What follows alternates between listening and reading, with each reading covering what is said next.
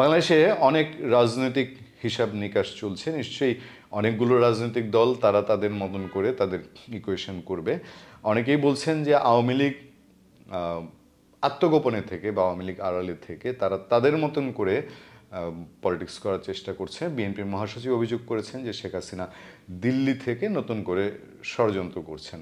আমি যদি ষড়যন্ত্রের বাইরেও বলি, আওয়ামী লীগের বাইরে আরও অসংখ্য রাজনৈতিক দল তারা একসাথে আন্দোলন করেছিলেন আওয়ামী লীগ শাসনের বিরুদ্ধে। সেখানে একটা পর্যায়ে প্রায় 40-45টি রাজনৈতিক দল এবং পেশাজীবী সংগঠন তারা যুক্ত হয় এবং সেই দলগুলো তারা নিজেরা নিজেদের মধ্যে আলোচনা করছেন, তারা একে অন্যের সঙ্গে একদল আরেক দলের সঙ্গে আলোচনা করছেন। আবার তাদের মধ্যে অনেকেই প্রধান উপদেষ্টা ডক্টর মোহাম্মদ ইউনূসের সঙ্গে দেখা করছেন, উপদেষ্টাদের সঙ্গে বৈঠক করছেন। বিএনপির পক্ষ থেকে প্রধান উপদেষ্টার সঙ্গে দেখা করা হয়েছে, গণ অধিকার পরিষদের ভিপি নূর তিনি দেখা করেছেন।